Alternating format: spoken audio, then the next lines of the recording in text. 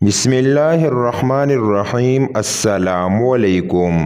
حضرت شاہ اہل اللہ حضرت شاہ ولی اللہ محدث دہلوی رحمۃ اللہ علیہ کے بھائی اور بہت بڑے پائے کے بزرگ تھے۔ حضرت علامہ انور شاہ کشمیری نے ان کی زندگی میں پیش آنے والا ایک حقیقی اور حیران کن واقعہ اس طرح بیان فرمایا ہے کہ ایک بار حضرت شاہ صاحب رحمۃ اللہ علیہ اپنے حجرے میں بیٹھے تھے کہ ایک سپاہی آیا کہ آپ کو بادشاہ سلامت نے بلایا ہے۔ حضرت شاہ اہل اللہ فوراً اٹھے اور اس سپاہی کے ساتھ چل دیے۔ وہ سپاہی آپ کو بجائے لال قلعہ لے جانے کے دہلی سے باہر پہاڑ گنج کی طرف لے گیا۔ وہاں جا کر ایک غار کے پاس کھڑے ہو کر وہ سپاہی کہنے لگا کہ اس غار میں داخل ہو جائے۔ جب شاہ اہل اللہ اس غار میں داخل ہوئے تو کیا دیکھتے ہیں کہ وہاں پر جنات کا ایک بہت بڑا مجمع ہے اور ان کا بادشاہ بیٹھا ہے۔ اس کے دائیں جانب ایک بہت بڑا جن بیٹھا ہوا ہے۔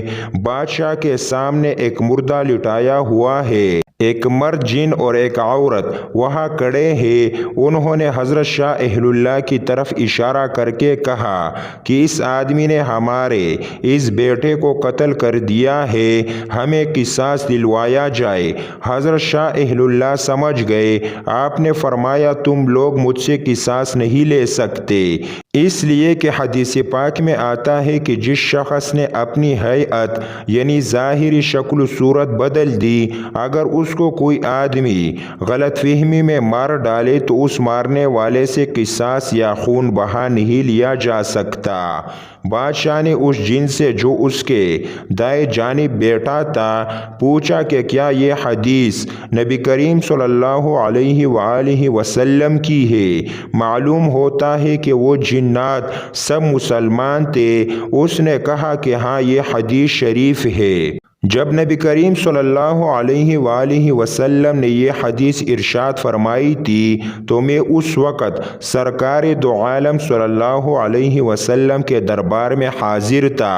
میں نے اپنے کانوں سے اس حدیث کو سنا ہے۔ پھر حضرت شاہ اہل اللہ نے بادشاہ کو وہ تمام واقعہ سنایا کہ کس طرح ان سے غلطی سے جن کا بچہ قتل ہوا، کیونکہ جن کے بچے نے اپنی ہیئت بدل لی تھی۔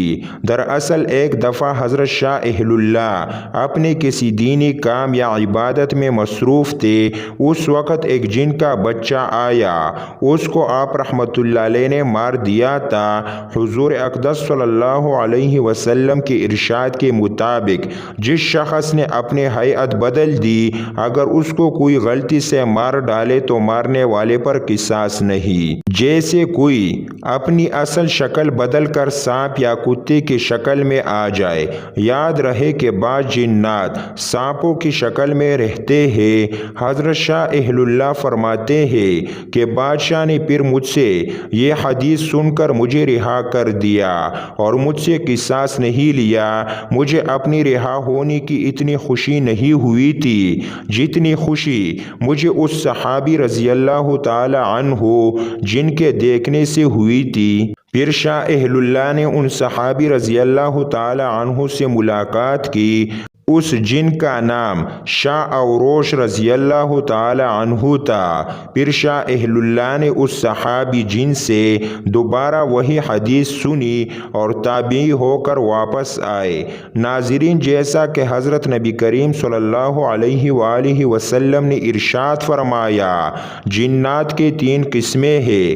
ایک تو وہ جن کے پر ہوتے ہیں اور وہ ہوا میں اڑتے ہیں۔ دوسری قسم وہ ہے جو سانپ اور کتے کی شکل میں نظر آتے ہیں، اور تیسری قسم وہ ہے جو منزل پر اترتے اور کوچ کر جاتے ہیں۔ ہمیں چاہیے کہ جب بھی ہمارا گزر کسی ویران جگہ سے ہو تو ہم آیت الکرسی کا ورد کرتے ہوئے وہاں سے گزرے تاکہ ہم جنات سے محفوظ رہ سکیں۔ اللہ پاک ہم سب کی حفاظت فرمائے، آمین۔